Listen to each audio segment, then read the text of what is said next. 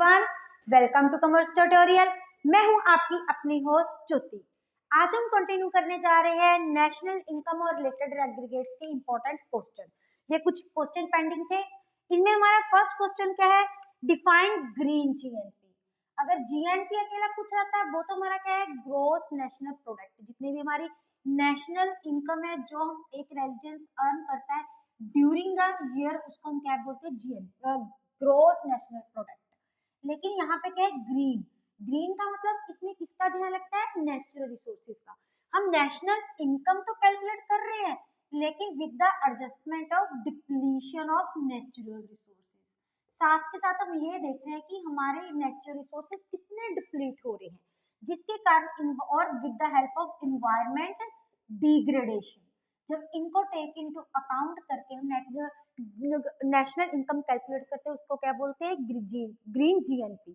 Depletion of natural resources का मतलब जैसे इंडस्ट्रीज लगती हैं उसके कारण एयर पोल्यूशन होता है, वाटर पोल्यूशन होता है, नॉइज पोल्यूशन होता है, सॉइल की एरोजन होता है, जिसके इन डिप्लीशन ऑफ नेचुरल रिसोर्सेज के साथ ही हमारी इन्वायरमेंट की क्या होती है? डिग्रेडेशन होती है। इनके बेस में जब इनकी अमाउंट हम डिडक्ट करके अपनी नेशनल इनकम नेगेटिव एस्पेक्ट को टेक इनटू अकाउंट करके नेशनल इनकम कैलकुलेट करते हैं, इसको क्या बोलते हैं? Green GNP. इस क्वेश्चन को सबसे एंड में देखेंगे क्योंकि इसके लिए फुल फ्लेज एक्सप्लेनेशन चाहिए। नेक्स्ट है sale of petrol and diesel cars are rising the big cities. Big cities में, अर्बन सिटीज में पेट्रोल और डीजल की जो सेल है वो कंटिन्यूसली इंक्रीज हो रही है। Analyse its impact on GDP and welfare. इसका जीडीपी और वेलफेयर पे क्या इफेक्ट पड़ेगा?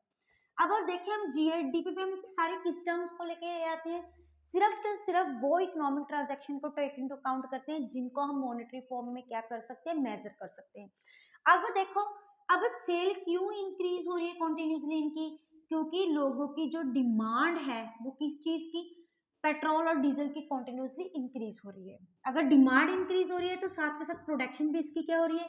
इंक्रीज हो रही है, ताकि हम डिमांड को कोप अप कर सके, जिसके कारण इनकी सेल इंक्रीज हो रही है और एम्प्लॉयमेंट अपॉर्चुनिटीज इंक्रीज हो रही है, जीडीपी इंक्रीज हो रही है और हमारी इकोनॉमिक ग्रोथ हो रही है। ये इफेक्ट किस पे हो गया? हमारा जीडीपी पे। लेकिन इसका वेलफेयर पे हमारा क्या इफेक्ट पड़ेगा? नेगेटिव इफेक्ट पड़ेगा। नेगेटिव इफेक्ट क्यों पड़ेगा? अब जो पेट्रोल और डीजल की कार है इनके साथ क्या क्रिएट होगा? हमारा पोल्यूशन क्रिएट होगा। कौन कौन सा pollution? That is air pollution as well as the noise pollution. ये जब पोल्यूशन क्रिएट होगा उसके कारण हमारे health issue take into account होंगे। जब health issue take into account करेंगे तो हमारे काफी प्रॉब्लम्स होंगी। मींस लंग्स की प्रॉब्लम्स भी हो सकती है, जो आप बोल सकते हो, और हमारी स्मोकिंग की वजह से भी प्रॉब्लम हो सकती है, जिसका कारण हमारी वेलफेयर के पे क्या इफेक्ट पड़ेगा? नेगेटिव इफेक्ट पड़ेगा। लेकिन हमारी जीडीपी पे क्या इफेक्ट पड़ेगा? पॉजिटिव इफेक्ट पड़ेगा। ये किसके अकॉर्डिंग आ जाता है? वेलफेयर में हम ये किसके अंडर आ जाता है? हमारी एक्सटर्नलिटीज के अंडर आ जाता है। नेक्स्ट है government incurs the expenditure on popularize yoga among the masses. कि जो गवर्नमेंट है कॉन्टिन्यूसली एक्सपेंडिचर इंक्रीज कर रही है। किसके ऊपर इंक्रीज कर रही है? योगा के ऊपर इंक्रीज कर रही है। और analyse its impact on GDP और वेलफेयर। इसका हमारे जीडीपी और वेलफेयर पे क्या इफेक्ट पड़ेगा? अब योगा क्लासेस है, ये तो हमें पता है, एक बहुत अच्छी प्रोविजन है कि a sound man lives in a sound mind lives in a sound body, plus health is wealth. अगर हमारी हेल्थ है तभी हम क्या रहते हैं? फिट एंड फाइन रहते हैं, जिसके कारण हम जो काम है इनका हमारी हेल्थ पे पॉजिटिव इफेक्ट पड़ता है और हम काम है अपना जो वर्क है वो पॉजिटिव वे से कर सकते हैं, जिसके कारण प्रोडक्शन इंक्रीज होगी। प्रोडक्शन इंक्रीज होगी, डिमांड इंक्रीज होगी और अल्टीमेटली इफेक्ट क्या पड़ेगा? हमारी जीडीपी इंक्रीज होगी, एम्प्लॉयमेंट इंक्रीज होगी, हमारी इकोनॉमिक ग्रोथ इंक्रीज होगी। मींस अगर गवर्नमेंट खर्चा कर भी रही है तो उसका जीडीपी कौन सा इफेक्ट पड़ेगा? Positive effect. अब इसका वेलफेयर पे भी कौन सा इफेक्ट पड़ेगा? पॉजिटिव इफेक्ट पड़ेगा, क्योंकि ये किसके लिए अल्टीमेट की जा रही है? हमारी हेल्थ के लिए। हमारी हेल्थ की, जैसे ऊपर पोल्यूशन क्रिएट होने की वजह से हमारी हेल्थ पे कौन सा इफेक्ट पड़ रहा था? Negative effect. लेकिन इस केस पे हमारी इस पे योगा करने से हमारी बॉडी पे कौन सा इफेक्ट पड़ेगा? पॉजिटिव इम्पैक्ट पड़ेगा। पॉजिटिव इम्पैक्ट करने की बजाय के कारण हमारी जो वेलफेयर होगी जीडीपी के साथ साथ वो भी क्या होगी? इंक्रीज होगी। नेक्स्ट है स्टॉक वर्सेस फ्लो। हमने ये देखना ये एस्पेक्ट स्टॉक है कि फ्लो है। सबसे पहले क्या है? प्रॉफिट। अब प्रॉफिट को हम कब कैलकुलेट करते हैं? इसमें टाइम डायमेंशन इन्वॉल्व होती है।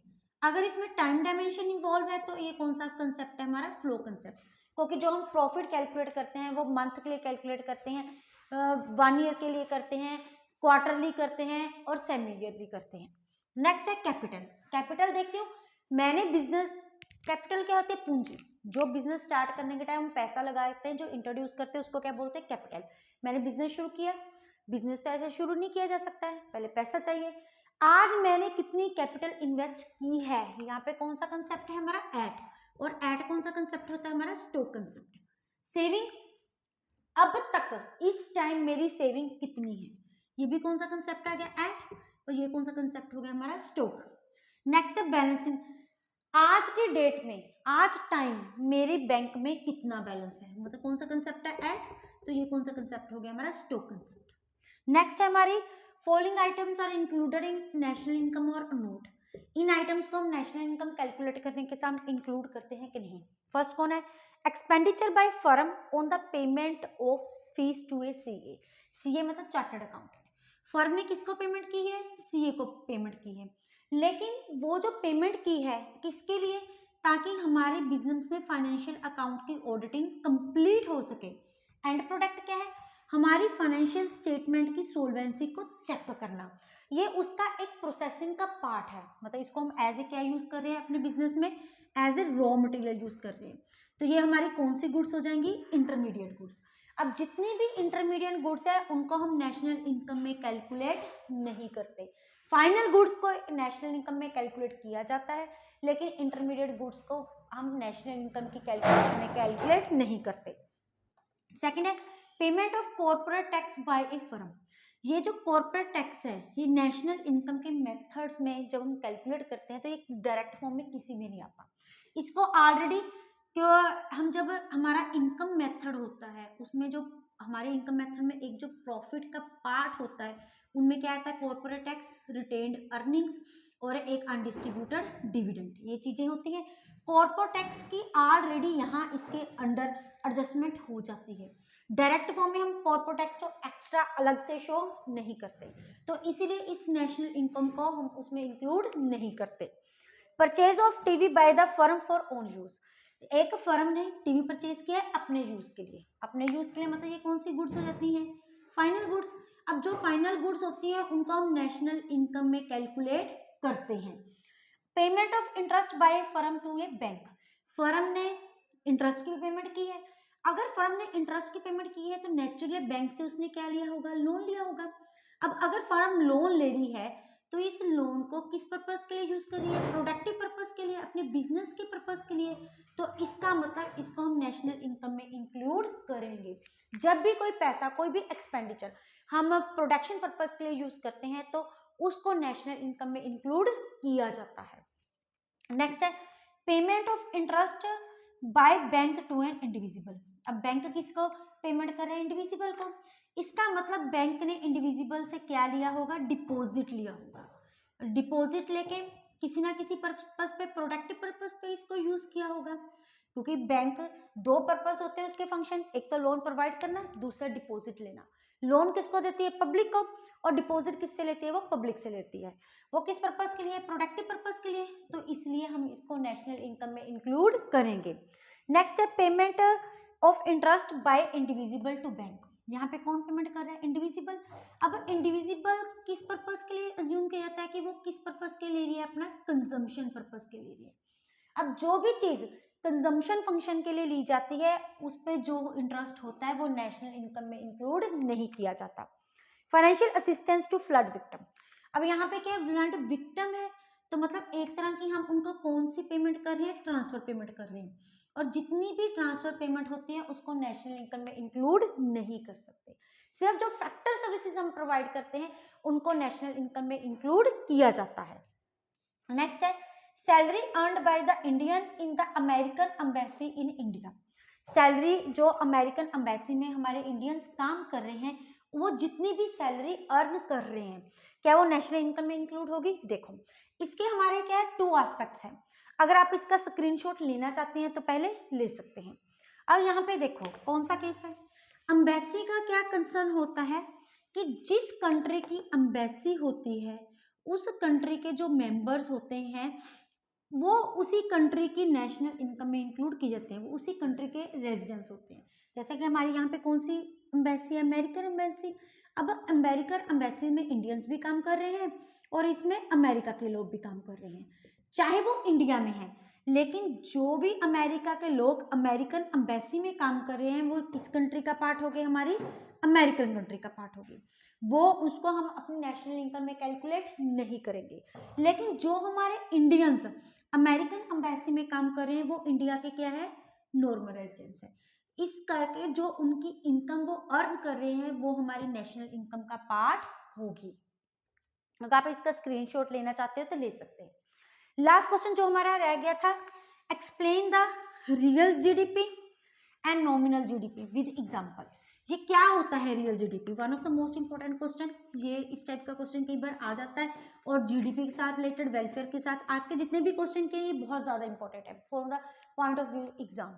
अब सबसे पहले रियल जीडीपी क्या होता है, जब भी हम कैलकुलेट करते हैं national income eight base year price, उसको हम क्या बोलेंगे, बेस ईयर भी इसको बोलते हैं और इसको कांस्टेंट प्राइस भी बोलते हैं। ये कौन सी हो जाएगी, हमारी रियल जीडीपी।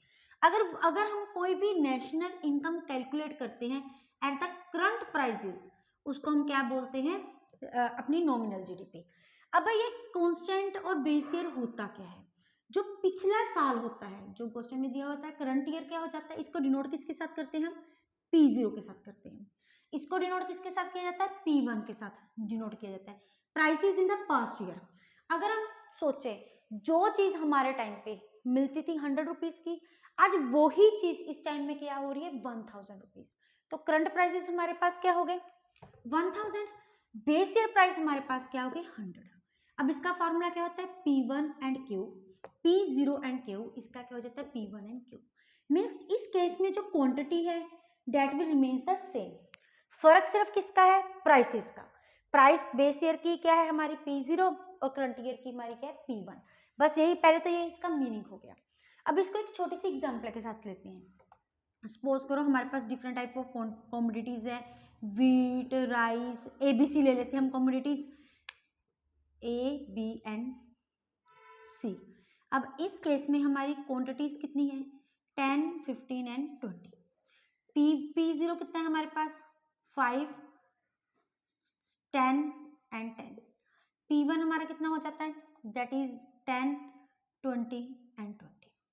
अगर हम P0 के निकालें तो हमारी ये क्या होगी, 50, ये क्या होगी 150, ये हमारी क्या होगी 200। तो हमारी टोटल जीडीपी क्या होगी 2, 3 एंड 4। दूसरी तरफ अगर हम करंट ईयर के अकॉर्डिंग निकालें तो हमारी कितनी बन रही है, 10 10 the 100, 15 20 the 300, then comes 400, means ये क्या आ गई 700 एंड 800। देखो अब ये क्या शो कर रहा है कि जो हमारी नॉमिनल जीडीपी है, जीडीपी करंट ईयर कितनी है 100 और पुराने के हिसाब से कितनी है 400। हमारी जीडीपी में टू मच जंप है, लेकिन ये जंप किसकी वजह से है, due to increase in prices. Prices की इंक्रीज होने की वजह से। प्राइस क्यों इंक्रीज हो रहे हैं, क्योंकि डिमांड ज्यादा है। इसका नेट इफेक्ट क्या हो जाएगी, हमारी कंडीशन में इन्फ्लेशन की, इकोनॉमी में कंडीशन आ जाएगी। इट मीन्स जो नॉमिनल जीडीपी के अकॉर्डिंग हम जीडीपी निकालते हैं, ये कभी भी जीडीपी जो नेशनल इनकम की ट्रू रिफ्लेक्शन प्रोवाइड नहीं करता। जो ट्रू रिफ्लेक्शन प्रोवाइड करता है वो हमारी कौन सी होती है, रियल जीडीपी, क्योंकि दोनों केसेस में क्वांटिटी सेम है, डिफरेंस सिर्फ किसका है, प्राइस का।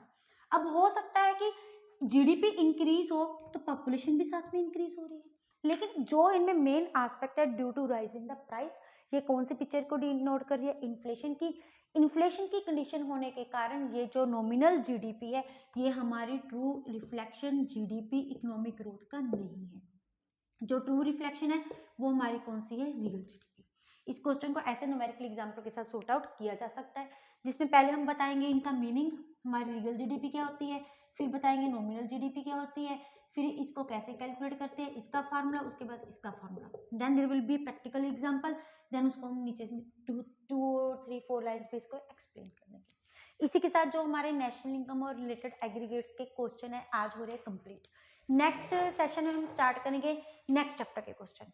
वीडियो अच्छी लगे इसको लाइक करें, ज़्यादा से ज़्यादा शेयर करें, चैनल को सब्सक्राइब करना ना भूलें। अगर किसी स्टूडेंट को फिर भी किसी क्वेश्चन के रिगार्डिंग कोई भी छोटी सी प्रॉब्लम है, वो कमेंट बॉक्स में अपना प्रॉब्लम शेयर कर सकता है।